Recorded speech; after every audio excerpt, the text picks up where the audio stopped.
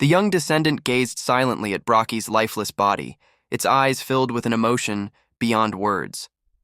Suho stood nearby, his gaze shifting between the fallen warrior and the wolf pup beside him. Beru stepped forward, his voice unwavering. The weight of the battle still hung in the air, but his tone carried a quiet pride.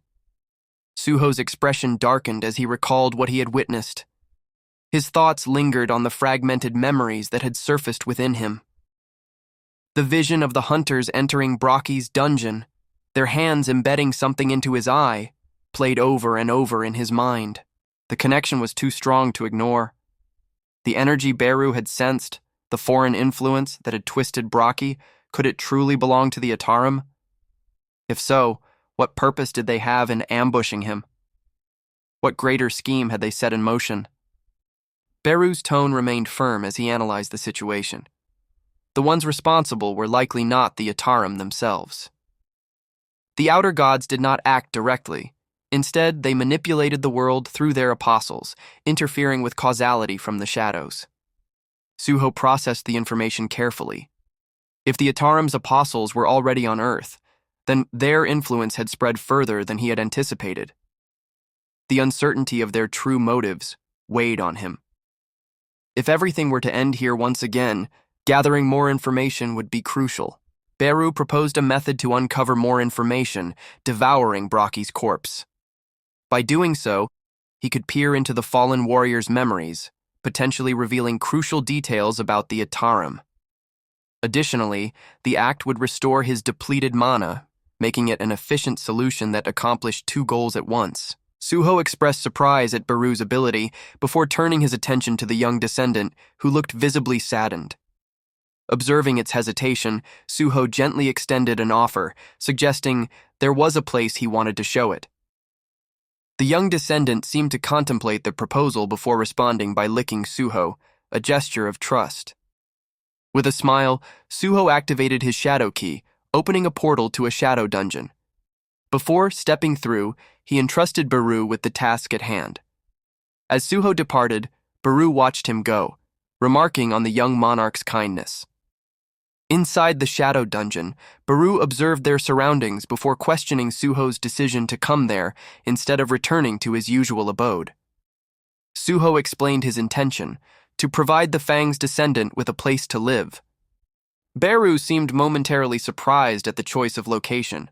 However, Suho remained resolute, stating that since he was already allied with Fang, it only made sense to ensure its descendant had both a guardian and a sanctuary.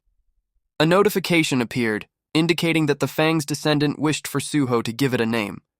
Suho considered for a moment before settling on a name inspired by its gray fur. Gray. Beru observed the scene, noting how Suho's naming sense bore a striking resemblance to that of his former king. Gray's eyes lit up with excitement as it let out a joyful sound, clearly pleased with the name. Suho declared his intention to transform the forest into the domain of Fang, instructing Gray to make use of it.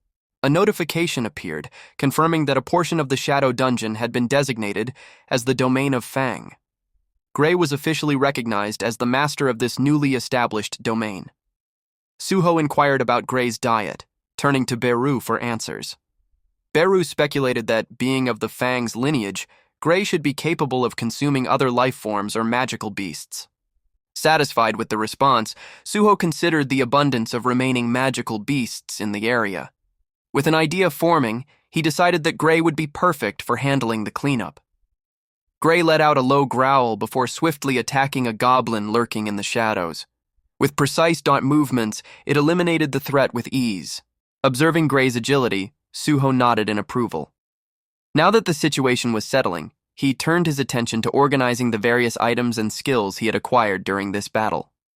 A notification appeared, signaling the completion of the quest. Quest Reward Notice. You will receive the following rewards. Reward 1, +5 stat points. Reward 2, Title, Wolf Assassin, a title given to a hunter skilled in slaying wolves. All stats are increased by 40% when facing beast-type monsters. Beru explained that even his former king had never possessed such a system. The leveling system applied to Suho had been refined to remove the ill intentions that once existed within it.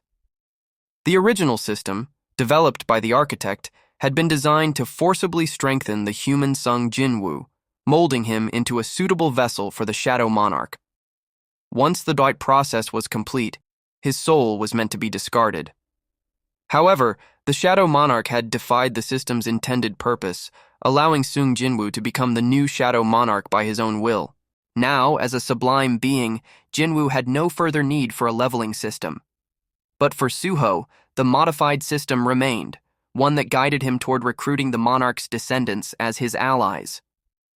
Suho questioned whether the system was guiding him toward becoming the next Shadow Monarch. Beru, however, refuted the idea. There was only one Shadow Monarch in existence, and that would not change. Instead, the system seemed to be adapting to Suho's unique path, shaping itself to fit his growth. If a previously non-existent feature had been introduced, it was likely designed to aid him in his journey. Suho pondered the purpose of his system as he commanded the status window to appear. As he analyzed the information before him, he finally understood why his class remained undefined. His stats had increased significantly compared to when he was just level 1, desperately fleeing from mistburns. He had gained numerous useful skills, yet he still felt weak. If not for the bond skill with Gray, he would have lost to Brocky. If the quests given by the system were tied to his own desires, then clearing them was his best course of action. By continuing to complete them, he believed he would eventually reunite with his parents. Recalling his recent battle, another thought crossed his mind. Were there any clues about the Iterum hidden within Brocky's memories?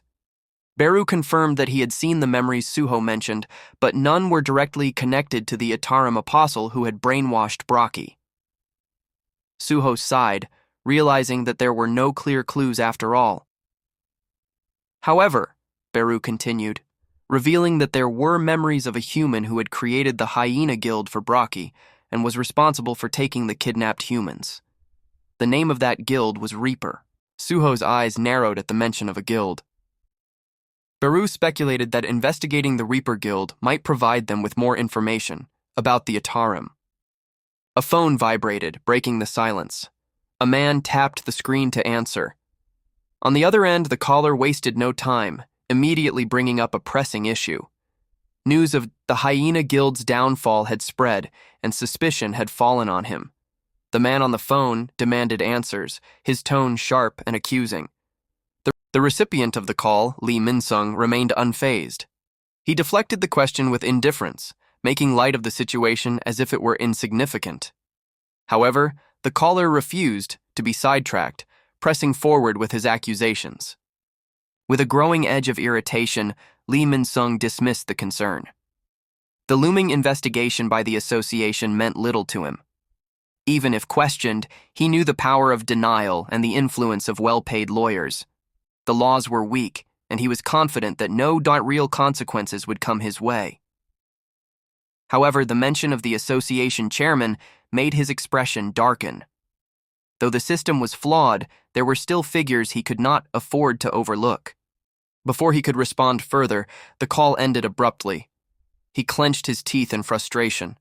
The arrogance of the man on the other end grated on him, an S-rank hunter who had once been nothing more than a lowly cab driver.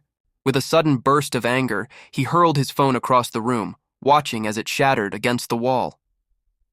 His mind shifted to a more pressing matter. The Hyena Guild's destruction had left many questions, but one stood out: the identity of the person responsible. Survivors spoke of a young hunter clad in a black mask, but tracking them down would be a waste of time. There were bigger priorities at hand. Reaching for a small vial, he examined its contents with a smirk. The hunter stimulant, Star Powder, glowed faintly under the dim light. Once his business with it flourished, his influence would be undeniable.